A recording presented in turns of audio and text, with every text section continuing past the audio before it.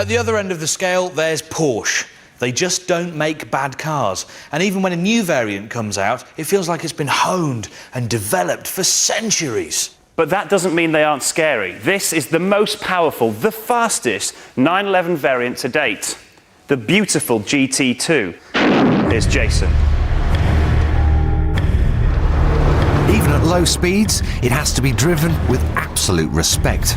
Imagine what it's like when you hit its top speed, an adrenaline-soaked 204 miles an hour. It's the new 911 GT2.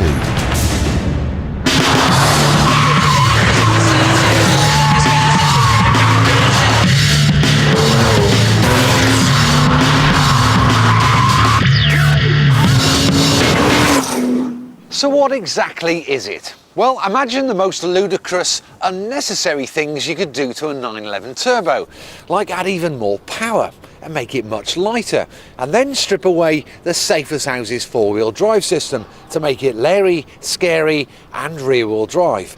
Well, that's exactly what the GT2 is. Wimps and girls need not apply.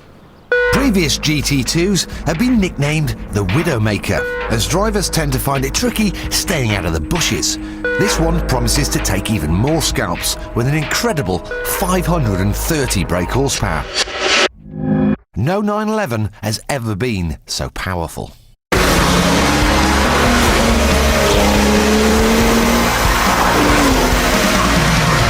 This has got the same 3.6 litre, 6-cylinder twin turbocharged engine as the normal turbo. However, it's got more boost and they've given it another 50 horsepower.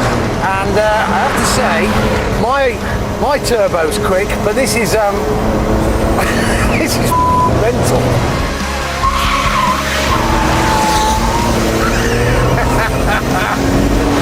The GT2 is fitted with variable vane turbos, just like the 911 Turbo.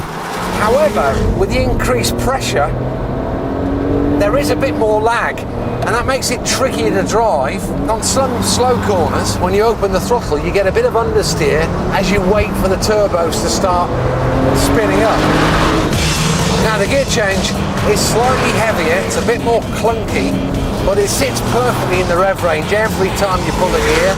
It's a bit more meaty. It's just more of a man's car, to be honest. It's more race car like.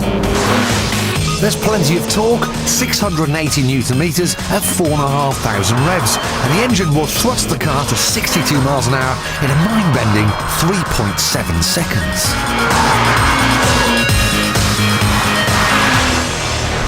But in order to do that, we need to initiate launch control. So make sure traction control is on, into first gear, clutch fully down, foot flat out on the throttle, computer holds it at 5,000 revs, about 0.89 bar, and then when you're ready, off the clutch. 60 miles an hour.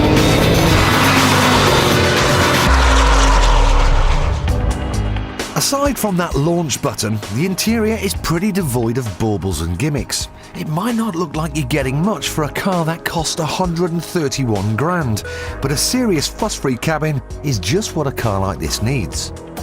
Perfect carbon bucket seats, a perfect steering wheel and perfectly placed pedals. There's nothing to distract you from the job in hand of trying to tame the beast.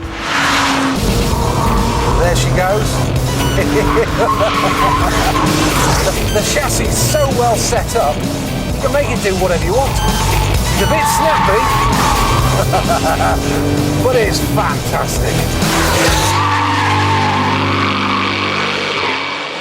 Do you know the thing I really like about the GT2? It's the detail. Okay, so from the front it could be any old Porsche Turbo, but you get back here and you realise why the GT2 is special. See down here on this rear bumper, it's got these wicked shark-like gill slits. Well, they're actually there to relieve a pressure bubble that forms in the rear wheel arch. It drags cold air through there, cools the rear brakes. Now that's tech. Come and have a look at what I found under here. Hiding underneath this huge spoiler, a pair of Ram air scoops. Round the back, what appears to be a pair of fairly normal tailpipes. You'd be wrong. The whole system is titanium. That's expensive. But do you want to know my favourite fact about the GT2? Even though it's got 50 brake horsepower more than a normal turbo, it's got better CO2 emissions and it's more economical. In other words, if you want to do your bit for global warming and you want a Porsche, this is the only one for you, the GT2. Absolutely, that's wicked. You've got to buy the fastest and the most expensive. It always makes sense.